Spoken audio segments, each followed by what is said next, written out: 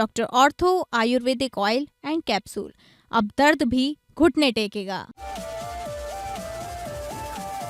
मुख्यमंत्री पद से सिद्धारमैया के इस्तीफे के बाद कांग्रेस में नए नेतृत्व और मंत्रिमंडल के गठन को लेकर हलचल शुरू। सिद्धारमैया ने मल्लिकार्जुन खड़गे से की मुलाकात। सिद्धारमैया और डी के शिव कुमार की सोनिया राहुल से भी हुई मुलाकात। कल शाम 4 बजे कांग्रेस विधायक दल की अहम बैठक।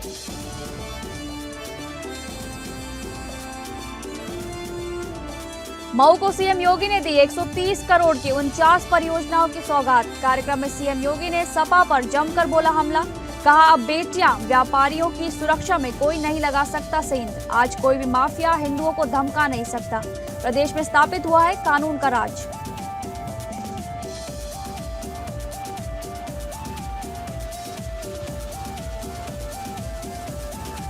यूपी में 2027 के लिए बिछने लगी राजनीतिक बिसात। जून से मैदान में उतरेंगे सीएम योगी। सभी मंडलों और जिला मुख्यालयों का करेंगे दौरा। सपा ने योगी सरकार मिशन 2027 पर साधा निशाना। सपा ने सरकार को हर मोर्चे पर फेल बताया।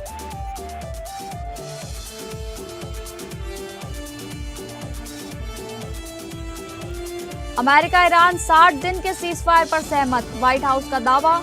ईरान ने कई बड़ी रियायतें दी। परमाणु कार्यक्रम पर अमेरिका ईरान के बीच अब भी मतभेद।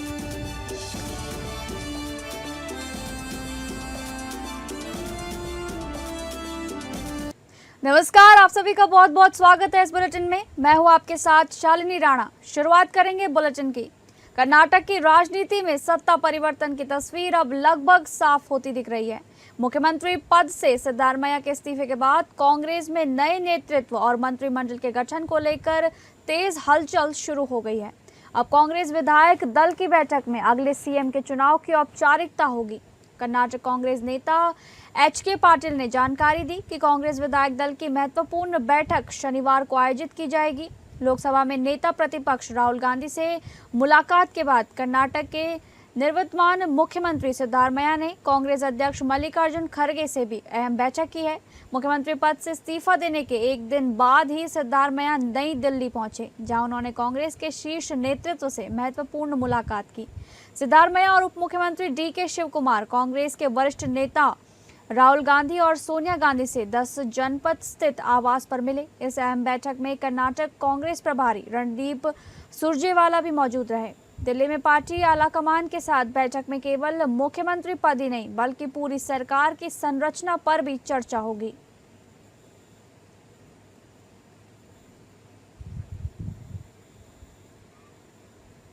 अगली खबर का रुख करेंगे, जहां पर उत्तर प्रदेश के मुख्यमंत्री योगी आदित्यनाथ ने मां शीतला देवी धाम मऊ में 392 करोड़ रुपए से अधिक लागत की 124 विकास परियोजनाओं का लोकार्पण और शिलान्यास किया। कार्यक्रम में ऊर्जा मंत्री ए.के. शर्मा, कारागार मंत्री दारा सिंह चौहान, पंचायती राज मंत्री सुभाष सपा प्रमुख ओम प्रकाश राजभर, विधायक रामविलास चौहान, एमएलसी विजय लाल राजभर समेत कई वरिष्ठ नेता मौजूद रहे। इस दौरान कार्यक्रम को संबोधित करते हुए सीएम योगी आदित्यनाथ ने मऊ में समाजवादी पार्टी पर जमकर हमला बोला। मधुबन के गांधी मैदान में सीएम योगी ने कहा कि याद कीजिए जनपद मऊ की 2005 की तस्वीरें, जब सरकार ने माफिया के सामने मऊ में घुटने टेक दिए थे। सीएम योगी ने कहा कि सड़कों पर चल रही बहन बेटियों को शौहदे छेड़ते थे, आज उन पर अंकुश लगाने का काम हमारी सरकार ने किया है। सीएम ने कहा कि अब कोई बेटियां व्यापारियों की सुरक्षा में नहीं लगा सकता कोई सेंध। मुख्यमंत्री ने कहा कि पहले बहन बेटियां और व्यापारी शाम होने से पहले घर लौटने को मजबूर रहते थे। अगर कोई देर हो जाती थी तो परिवार के लोग चिंता में डूब जाते थे। सड़कों पर शौहदों का आतंक था, लेकिन आज प्रदेश में कानून का राज स्थापित हुआ है और अपराधियों पर सख्त कार्रवाई की जा रही है। सीएम योगी ने आगे कहा कि उनकी सरकार ने धार्मिक आयोजनों में व्यवधान डालने वालों को सबक सिखाने का काम किया है।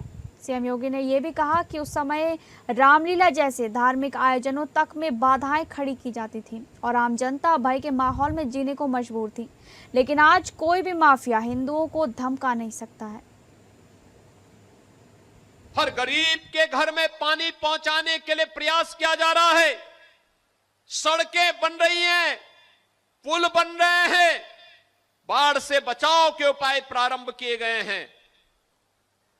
बहनों और भाइयों, अब मैं कह सकता हूं किसी माफिया में दुस्साहस नहीं, किसी गुंडे में दुस्साहस नहीं कि किसी पर्व और त्योहार में व्यवधान पैदा कर दे और उपद्रव पैदा कर दे। अगर कोई किसी रामलीला में, किसी यज्ञ और कथा में, किसी धार्मिक आयोजन में, रामनवमी हो, शिवरात्रि हो, जन्माष्टमी हो, रक्षाबंधन हो, इन आयोजनों में अगर किसी ने व्यवधान डाला तो पर्व तो मना ही लेगा, लेकिन उसके बाद ये तय है कि रावण और कंस जैसी दुर्गति उसकी तय है जो व्यवधान डालने वाला है। यह तय है कि अगर बेटी और व्यापारी की सुरक्षा में सेंध लगाई तो सेंध लगाने वाले का इंतजार तो फिर यमराज ही करेगा, बाकी किसी को नहीं करना चाहिए। अगली खबर, उत्तर प्रदेश में भले ही विधानसभा चुनाव अगले वर्ष यानी 2027 में होना है, लेकिन सूबे की सियासी तपिश अभी से चरम पर पहुंच चुकी है। मुख्यमंत्री योगी आदित्यनाथ ने मिशन 2027 के लिए अपनी पूरी ताकत झोंक दी है। जून के पहले हफ्ते से मुख्यमंत्री खुद मैदान में उतरने जा रहे हैं। वो यूपी के सभी मंडलों और जिला मुख्यालयों का धुआंधार दौरा करेंगे और विकास कार्यों की समीक्षा भी करेंगे। 2027 के महासमर में अभी वक्त बाकी है, लेकिन लखनऊ से लेकर दिल्ली तक बिसात बिछाई जाने लगी है। सीएम खुद जिला स्तर पर जनप्रतिनिधियों के साथ बैठकें करेंगे और विकास कार्यों की समीक्षा करेंगे। कानून व्यवस्था और बुनियादी ढांचा यानी कनेक्टिविटी इस दौरे के एजेंडे में सबसे ऊपर है। हालांकि विपक्ष इससे इत्तेफाक नहीं रखता। समाजवादी पार्टी का मानना है कि अब बहुत देर हो चुकी है, सरकार हर मोर्चे पर फेल रही है। महंगाई, भ्रष्टाचार और कानून व्यवस्था पर सारे दावे खोखले साबित हुए हैं।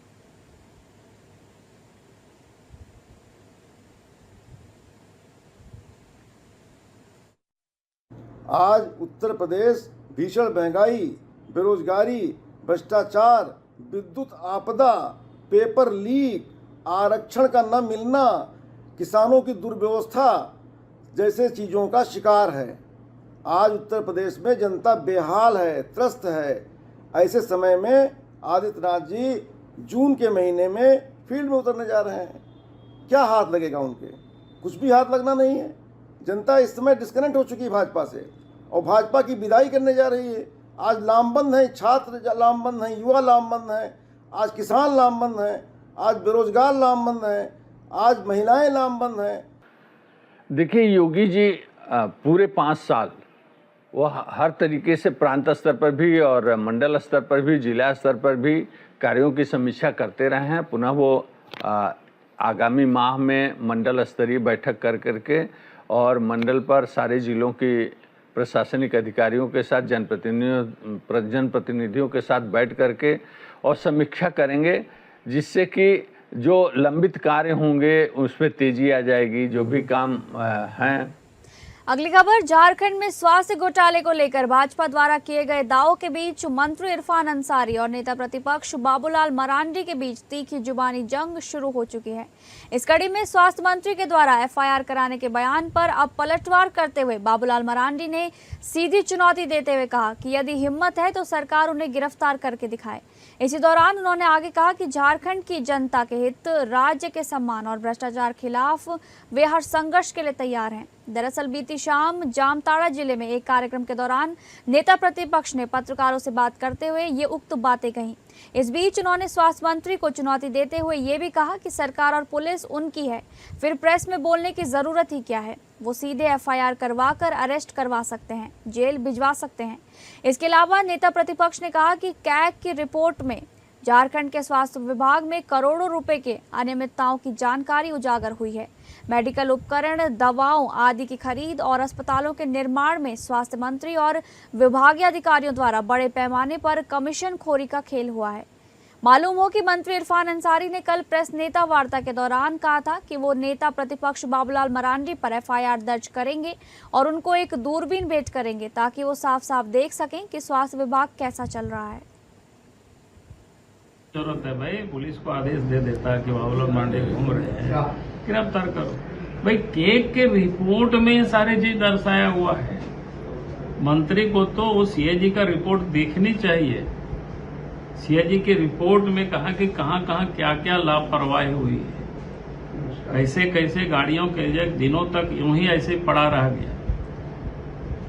तो इसीलिए उनको अपनी वो सरकार की, हमारी रिपोर्ट नहीं है, केक की रिपोर्ट, उस रिपोर्ट को देखनी चाहिए किस प्रकार से दुरुपयोग हो रहा है। कई मशीनें हॉस्पिटलों में पड़े पड़े सड़ रहा है, अब यूं जाकर के देख लीजिए आप। कई हॉस्पिटल बना हुआ है और डॉक्टर ही पदस्थापित नहीं है। भाई आप बिल्डिंग क्यों बनाए जब वहां डॉक्टर नहीं पदस्थापित करेंगे? इसलिए खाली कमीशन खाने के लिए। अगली खबर, लखनऊ में केजेएमयू प्रशासन ने केजेएमयू परिसर में मौजूद 6 मज़ारों को लावारिस घोषित किया है और कुल सचिव को चिट्ठी भेजकर जिला प्रशासन से मांग की है कि मज़ारों को वहां से कहीं और शिफ्ट कराया जाए। इस मामले में किंग जॉर्ज मेडिकल यूनिवर्सिटी के प्रवक्ता डॉक्टर के सिंह द्वारा बताया गया कि परिसर में 2 मज़ारें वैध हैं, प्राचीन हैं, उनसे हमारा कोई विषय नहीं है क्योंकि वहां पर कमेटी बनी हुई है और उसका संचालन किया जा रहा है। जो 6 मज़ारें हैं जिनके वैधता की जांच की गई और 3 बार नोटिस भेजा गया है, लेकिन वहां से कोई जवाब नहीं आया। अब विषय ये है कि किसी मज़ार की ना संचालन समिति है, ना केयरटेकर है, ना कोई दावा कर रहा है, तो उन मज़ारों को लावारिस की कैटेगरी में रखते हुए उसको अवैध घोषित कर दिया और कुल सचिव को 12 तारीख को चिट्ठी भेजकर जिला प्रशासन से और पुलिस प्रशासन से समय लेकर इसको शिफ्ट कराए जाने की मांग की गई है। देखिए 2 मज़ारें वैध हैं, प्राचीन, वैध की बात नहीं, प्राचीन है, हमारा उनसे कोई विषय नहीं है क्योंकि वहाँ पे एक मैनेजिंग कमेटी है और जो उसका संचालन कर रही है। बाकी जो 6 मज़ारें थी जिसकी वैधता की जब हमने जांच करने का प्रयास किया तो हमने उनको 3 बार नोटिस दिए और तो हर माध्यम से दिए। हमने व्हाट्सएप तो नहीं कर सकते थे क्योंकि फ़ोन नंबर नहीं था, उनको डाक से भेजा, उनको चस्पा किया और लोगों को भेजा कि वहाँ जो भी हो उनको सूचित कर दें, बाई हैंड दे दें। लेकिन 3 नोटिस जो 15-15 दिन की गैप पे दी गई सुप्रीम कोर्ट के नियमों में, तो एक ही 2 नोटिस है, हमने 3 बार दिया और व्यक्तिगत सुनवाई का अवसर भी दिया, लेकिन कोई भी नहीं आया। अब विषय ये है कि जब किसी मज़ार की न कोई संचालन समिति है, न केयरटेकर है, न कोई उस पर अपना दावा कर रहा है, तो हमने उन मज़ारों को अनक्लेम्ड या लावारिस की कैटेगरी में रखते हुए उसको अवैध घोषित किया है और कुल सचिव को ये 12 तारीख को चिट्ठी भेजी है कि कृपया जिला प्रशासन से, पुलिस प्रशासन से समय लेकर इसको शिफ्ट कराएं। अगली खबर का रुख करेंगे, जहां एक्ट्रेस और मॉडल त्विषा शर्मा मौत मामले में सीबीआई ने सास रिटायर्ड जज गिरिबाला सिंह और पति समर्थ सिंह को स्पेशल कोर्ट में पेश किया। एजेंसी ने दोनों की 5-5 दिन की रिमांड मांगी है। उन्होंने रिमांड मंजूर कर ली है। वहीं आरोपी पक्ष के वकील ने भी रिमांड की मांग का विरोध नहीं किया। समर्थ सिंह पहले से 7 दिन की सीबीआई रिमांड पर था। शुक्रवार को रिमांड खत्म होने पर उसे दोबारा कोर्ट में पेश किया गया। दोपहर 12:34 से 2:08 पर दोनों आरोपी कोर्ट रूम में मौजूद रहे। इसके बाद सीबीआई टीम उन्हें अपने साथ लेकर रवाना हो गई। सूत्रों के मुताबिक रिमांड के दौरान सीबीआई गिरिबाला सिंह और समर्थ सिंह को आमने सामने बैठाकर पूछताछ करेगी। जांच एजेंसी समर्थ से ये भी पूछेगी कि फरारी के दौरान वो कहां रहा और किन लोगों के संपर्क में था। सीबीआई सूत्रों के अनुसार जांच में अब टनल व्यू इन्वेस्टिगेशन तकनीक का इस्तेमाल किया जाएगा। इसके तहत एजेंसी त्विषा के आखिरी घंटों का वर्चुअल रिक्रिएशन तैयार कर रही है। इसका मकसद घटना से पहले और बाद की हर गतिविधि को मिनट दर मिनट समझना है, ताकि मौत से जुड़ी परिस्थितियों की पूरी तस्वीर सामने आ सके। सीबीआई ने कोर्ट में पेश करने से पहले समर्थ सिंह का जेपी हॉस्पिटल में मेडिकल चेकअप कराया था। गिरिबाला सिंह का मेडिकल मैनेट परिसर में ही कराया गया था।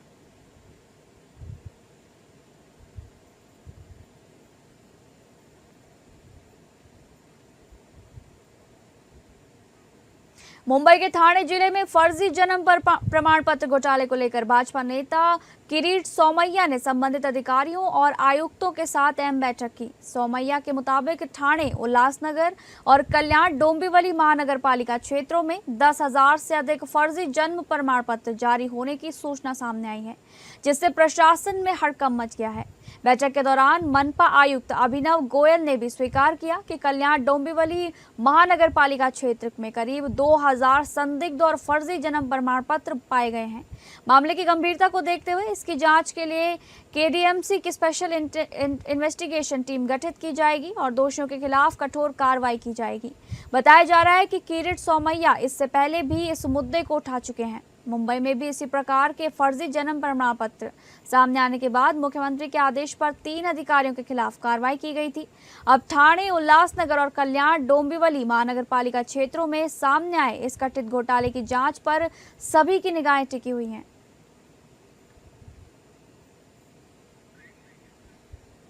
खबरों के सिलसिले में आगे बढ़ेंगे। गढ़चिरौली जिले में माओवादी गतिविधियां अब लगभग समाप्ति की ओर हैं। सुरक्षा बलों पर हमले और घातपात की घटनाओं को अंजाम देने के लिए माओवादी संगठन जंगलों में गुप्त रूप से हथियार और विस्फोटक सामग्री तैयार कर जमीन के भीतर छिपा कर रखते थे। इन्हीं गतिविधियों के खिलाफ गढ़चिरौली पुलिस ने बड़ी कार्रवाई करते हुए महाराष्ट्र छत्तीसगढ़ सीमा के जंगल क्षेत्र से भारी मात्रा में हथियार और हथियार निर्माण सामग्री बरामद की है। प्राप्त जानकारी के अनुसार गढ़चिरौली पुलिस के समक्ष आत्मसमर्पण कर चुके माओवादियों से पूछताछ के दौरान ये सूचना मिली थी कि थाना काकूर, जिला नारायणपुर, छत्तीसगढ़ से करीब 7 किलोमीटर दूर महाराष्ट्र छत्तीसगढ़ सीमा में जंगलों में माओवादियों ने हथियार और हथियार निर्माण सामग्री छिपा कर रखी है। पुलिस अधीक्षक गढ़चिरौली एम रमेश के मार्गदर्शन में संयुक्त अंतर्राज्यीय अभियान चलाया गया। अभियान में विशेष अभियान पथक प्राणहिता की 4 टीमें, डीआरजी नारायणपुर की 1 टीम तथा बीडीडीएस प्राणहिता की 2 टीमें शामिल थी। थाना काकूर क्षेत्र के जंगलों में सर्च ऑपरेशन के दौरान बीडीडीएस टीम द्वारा इलाके की गहन जांच की गई। इस दौरान पुलिस को बड़ी मात्रा में हथियार, विस्फोटक और हथियार निर्माण सामग्री बरामद हुई है।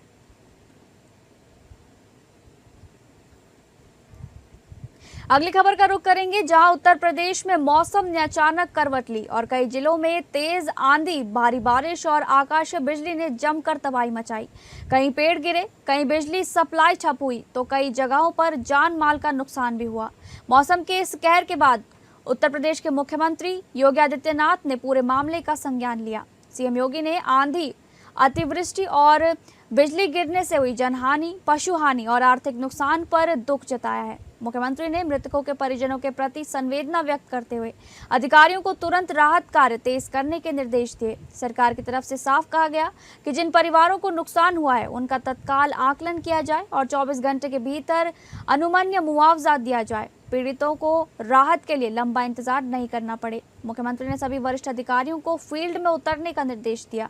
उन्होंने कहा कि अधिकारी सिर्फ दफ्तरों में बैठकर रिपोर्ट ना लें, बल्कि प्रभावित इलाकों में जाएं, लोगों से बात करें और ये सुनिश्चित करें कि हर जरूरतमंद परिवार तक मदद पहुंचे।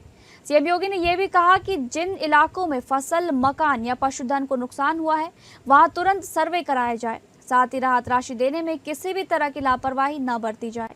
बिजली गिरने और तेज आंधी की घटनाओं को देखते हुए लोगों को सतर्क रहने की भी अपील की गई है। प्रदेश के कई जिलों में मौसम खराब होने की वजह से पेड़ गिरने, बिजली आपूर्ति बाधित होने और ग्रामीण इलाकों में नुकसान की खबरें सामने आई हैं।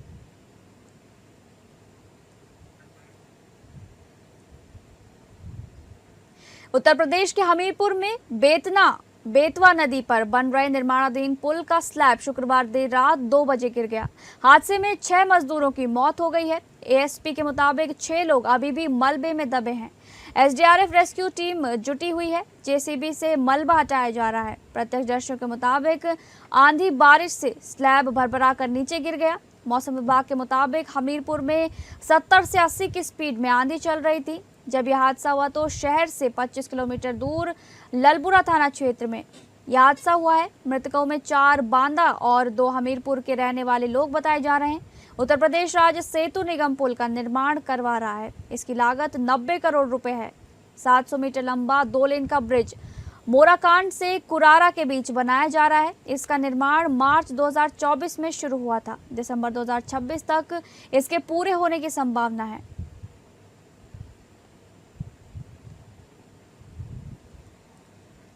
उत्तर प्रदेश के बस्ती जिले से एक प्रेरणादायक तस्वीर सामने आई है, जहां कुछ युवाओं ने वो कर दिखाया जो वर्षों से सिर्फ सरकारी फाइलों में सीमित था। पौराणिक मनोरमा नदी, जो कभी गंदगी, प्लास्टिक और जलकुंभी से पट चुकी थी, आज फिर से साफ और स्वच्छ दिखाई देने लगी है। इस बदलाव के पीछे हैं समाजसेवी आकाश गुप्ता और उनकी युवा टीम, जिन्होंने बिना किसी सरकारी मदद के नदी को पुनर्जीवित करने का बीड़ा उठाया। हरैया विधानसभा के लजगटा गांव से शुरू हुए इस अभियान में युवाओं ने लगातार 60 दिनों तक रोजाना 4 से 5 घंटे नदी में उतरकर सफाई की। इस दौरान करीब 700 किलो प्लास्टिक, पॉलीथीन, बोतलें और कचरा नदी से बाहर निकाला गया। हालांकि ये सफर आसान नहीं था। गंदा पानी, त्वचा संक्रमण का खतरा और सांप बिच्छुओं का डर, लेकिन युवाओं का हौसला इन चुनौतियों से कहीं ज्यादा बड़ा निकला। शुरुआत में लोगों ने मजाक उड़ाया, लेकिन धीरे धीरे यही मुहिम पूरे इलाके में चर्चा का विषय बन गई। आकाश गुप्ता और उनकी टीम ने सोशल मीडिया के जरिए लोगों को जागरूक किया, वीडियो बनाकर बताया कि कैसे नदी में फैलती गंदगी इसकी पहचान खत्म कर रही है। स्थानीय मान्यताओं के अनुसार मनोरमा नदी का संबंध भगवान श्री राम और अयोध्या की धार्मिक परंपराओं से जुड़ा माना जाता है। कभी इस नदी के किनारे घाट, मंदिर और धार्मिक आयोजन हुआ करते थे, लेकिन समय के साथ प्रदूषण और अतिक्रमण ने इसकी तस्वीर बदल दी। अब युवाओं की इस पहल ने लोगों में नई उम्मीद जगा दी है कि मनोरमा नदी एक बार फिर अपने पुराने स्वरूप में लौट सकती है।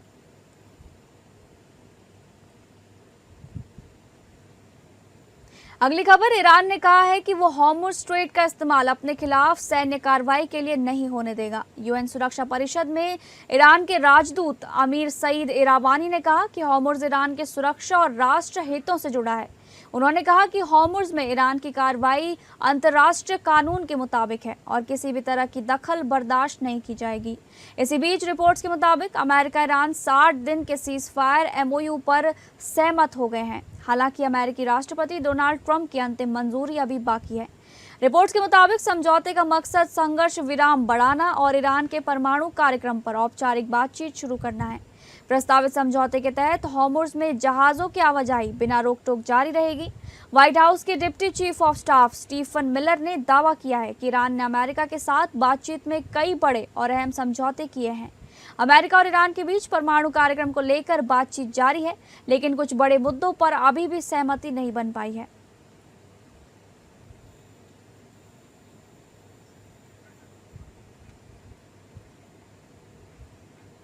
फिलहाल इस बुलेटिन में बस इतना ही। नमस्कार।